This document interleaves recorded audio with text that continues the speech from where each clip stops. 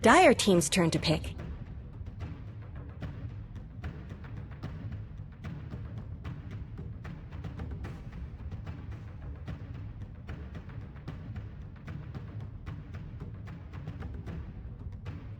Ten seconds remaining. 5 seconds remaining.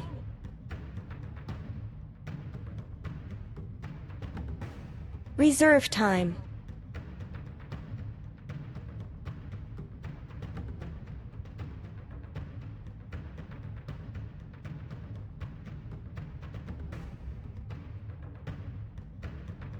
Ten seconds remaining.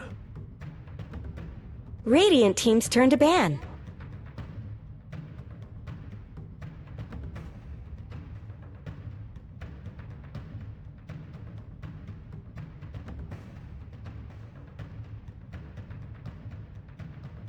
Ten seconds remaining. 5 seconds remaining.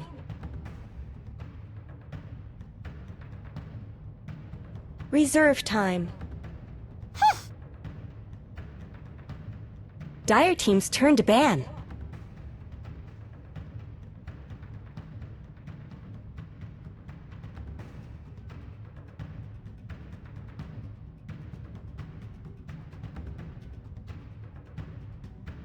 Ten seconds remaining. 5 seconds remaining. Invoker. Radiant team's turn to pick.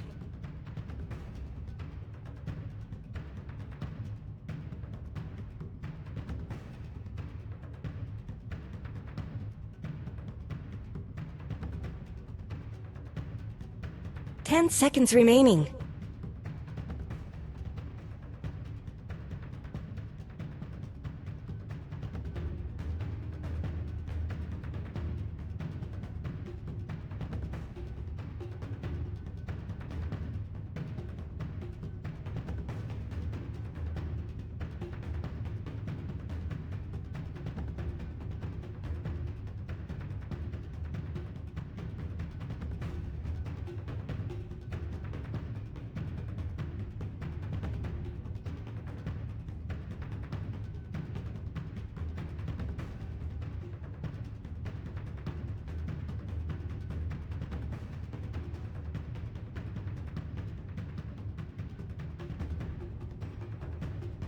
Ten seconds remaining.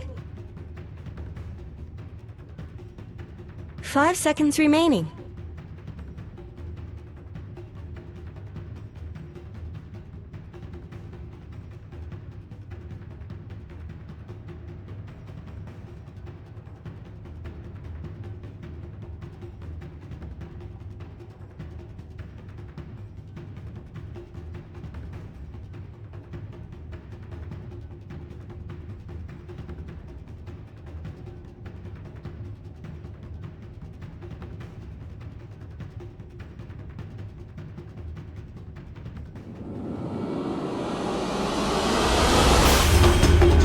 I'm just going to ask the best Oracle. Ben, who Me? wins? What? Yeah. I don't even know who I thought. Really? It's hard, dude. We just haven't seen like in. Yeah, I'm still wondering too. Like after game number 1, do we say, hey, Team Secret in fantastic form? Prepare It's just for battle. one game so far out this entire series, and there were definitely a lot of hiccups in VG like play style throughout. You the game. can't put too much, especially because I think VGG Yeah, is one of the. it You felt could have done a off. lot more. It wasn't. I do not think it was a drafting issue. Last game. Anyways, you go on for 1 minute. You do your thing.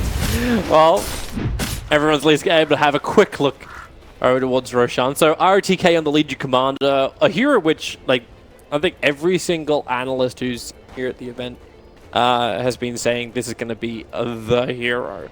And Sim was saying, like, up against Lycan should be really good. So is it really that difficult to Blink, Blade, Mail, and Duel to win? 30 seconds to battle. Is that the execution we now look to see out from RTK? Because Oh, it looks very, very straightforward. It is not that straight. Warlock is really, really strong. Yeah, they do have the silencer to combo with the duel, but you're using your big maybe secure 1 kill. Like, what if they have? Like, if they have a Solar Crest, I think it's combination. Lifestealer. You have the Rock. You have Fatal Bonds. You're dueling. You can't purge off the Fatal Bonds. Battle starting. It's pretty scary to actually duel. Redeye is being pushed back out again, and that's going to be pretty standard lane. So aggressive down the bottom, up against K's.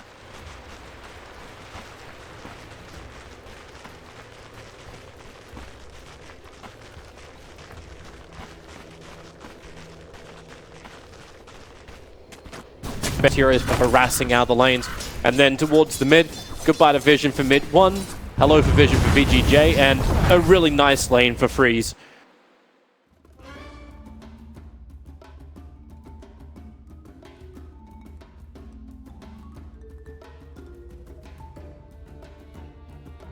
A golden thread.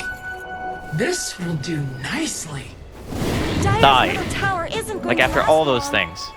And I think the biggest issue is that for whatever reason, Weaver's Swarm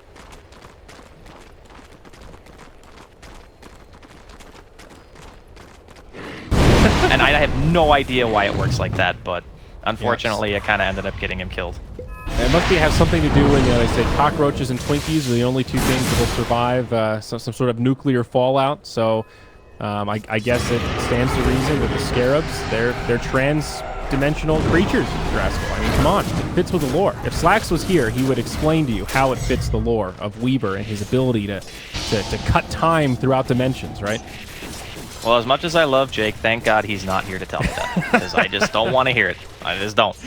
But as far as the way that IG's draft is starting to come together, we talked a little bit about how they kind of maybe almost even overcompensated to save for the Legion because they have so many heroes with those saves that they just lack pick. So the only hero that can actually go for a kill right now is Skylark with the Lifestealer Bomb, and that is it. That is their, we're going to go in and get a kill. So all IG really has to do is, they can show Burning wherever because he's got a Lincoln. If they jump him, it's pretty hard to kill. They will get the kill on the Lena, though, in the meantime. Yeah, it's a nice little pick-off. But they're just going to go straight to Roshan. Exactly. It's a nice heads-up play. They see how spread out they are across the map, know that they can kill Roche faster than the other team can rotate. However, maybe next time he's in the pit looking for the ultimate, he will find it. Not enough for the kill on Ben. It's close. But the follow-up's not quite there. An aggressive drop forward. He knows he's likely to die anyway. And wants to try to set up a kill. Roche goes down. They hit the Aegis. Now Badara. He's the one that takes the Laguna. Spartan stays alive, complements the Cold Embrace. And now the fight getting very spread out. Shallow Grave buys him a little bit more time, but Mao's starting to run out of resources. Both supports down. Baboka jumps forward onto Skylark. And this is likely to be at least a 1 for 3. OD looks like he's getting chased down by the Weaver, perhaps. No, he's stuck on the high ground, actually. So he will survive. Do they know he's here? Doesn't look like it. And their ward was on the low ground. Middle tower is under attack. So either way, 1 for 3. Another very convincing fight for Invictus Gaming, and they still have the Aegis on the Weaver after all that. I mean, they're never going to kill my hero even once. So. I mean, to a degree, I almost even think it's a waste to put it on Burning because he's just not going to die. I mean, what chain of events actually has to unfold for Burning to die in this game? Like, he needs to somehow get his Lincolns broken. He needs to be lassoed, pulled into the enemy team, without anyone on IG doing anything at all, right? Yeah, he basically has to die like Madara died in the first game when he was bottom solo against 4 heroes. That's what needs to happen. I had one suggestion, and now that window is closing. I was thinking maybe if OD drops the ult and they burn all of his mana so he can't Shikuchi away or time-lapse, but time-lapse has a 0 mana cost in just 1 level, so... Well, he's got a stick too, so even if he does get mana burned, he can just pop the stick and then ulti. That's a great point, Draskell. So yeah, I agree with you. I don't think they have the tools. This is a great 5th pick that's turning out here from IG.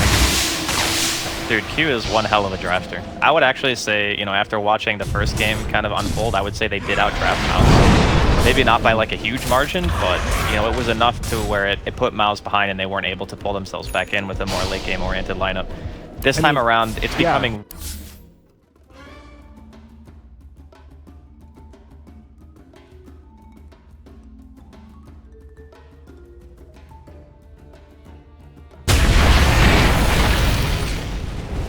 Charge from Poppy pushes him out of range of the Sunstrike, and now Poppy standing its ground with that level 2 slave up. He's just able to bring down the Tusker. That looks so improbable that that would happen right Dire's there. bottom tower is being chipped away.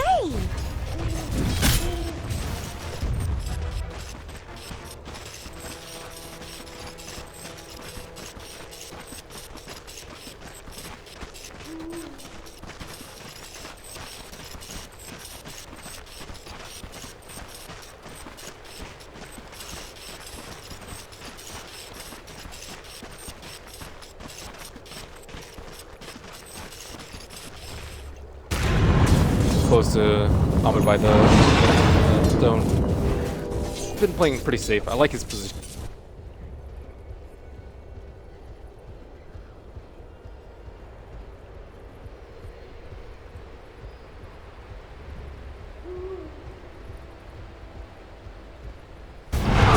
Fenrir, but off everything he's got. Paradise, the Shadow Word's giving him just enough life to potentially survive. Back up to the tier 2 tower. Paradise so low. They've come in deep for this one. MP, what do you really do against this? You shut forward and you block in Fenrir. With the walls, with MP, maybe with a stun forward. F5, the space, the stun strike from mid one. It'll be able to connect. And MP making a break for the tree line. Needs to stay hidden. RTK doesn't have anything else to really fight with yet. He doesn't have the mana for it. And Warlock will arrive again to heal up MP, get them back into the lane. MP's just not well suited for this lane at all with the Wolves. Like the Wolves you don't really want to put on ROTK because he's just going to proc extra attacks. But then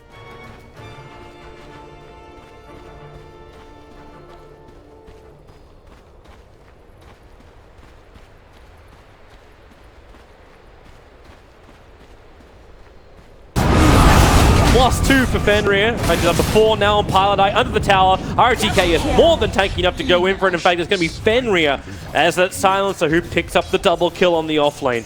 whew, at least Pilate bought his boots. He was about to be a 0-item Warlock. Now he's a 1-item Warlock. Poor guy. And MP's doing the only thing he can do. Jungle, jungle, jungle.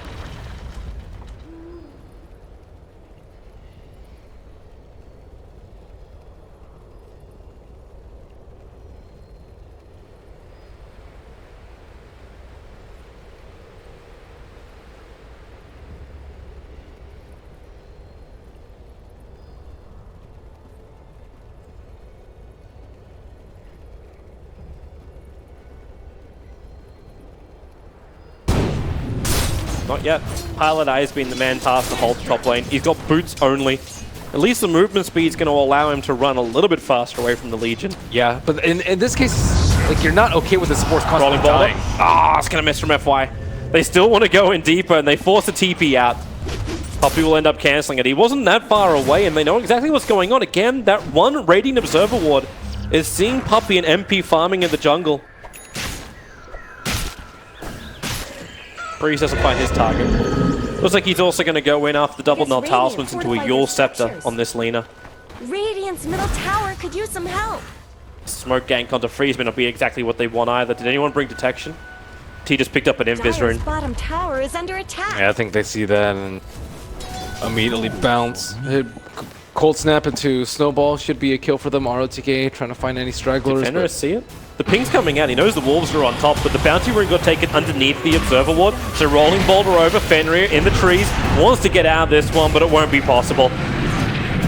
Quick kill for MP. Now they move over to RTK. Quick press the attack. Phase boots on cooldown for half a second. He's actually turning to try and fight this with the support of Aggressive who's rotated up. FY needs the rolling boulder kick to find the target, and MP is going to be it. The kick won't connect over on Puppy, bringing the Sigil out, slow everything down. You can, but with Laguna Blade from Freeze, the damage isn't up. The Sunstrike looking for its target, but RTK, he's stuck around just a little bit longer, so Sunstrike never connected, and it's Puppy trying to stay in the trees before Freeze and FY are able to connect on him. And with the Light Strike array, Puppy is locked in position and brought down.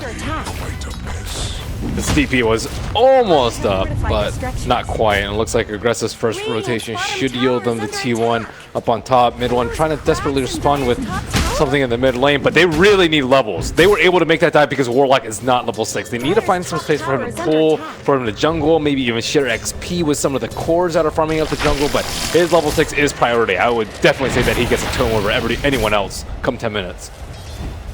They were trying to give it to him on the top lane before. That's why MP went jungle. As soon as it hits daytime, though, you can't just sit back. When it was nighttime, he can just sit in the fog just right outside of the range of the vision of the creeps and be okay. But as soon as it's daytime, he's just dead. And that's before duel. Now that he has duel, he just has no place to be up there. Freeze is looking for his next target. Laguna Blade just comes off cooldown. There's just enough mana, but then Snowball forward. Freeze caught out. The Light Strike Array connects on 3. The Sunstrike, the damage is good on Freeze, but FY Waiting on Dire's top tower. can't create enough space. All he's going to do, or maybe he can. Aggressive comes in from behind. Keizu is just food to him. So it's a 1-for-1 trade off the Earth Spirit for the set. Cracks in Dire's top tower?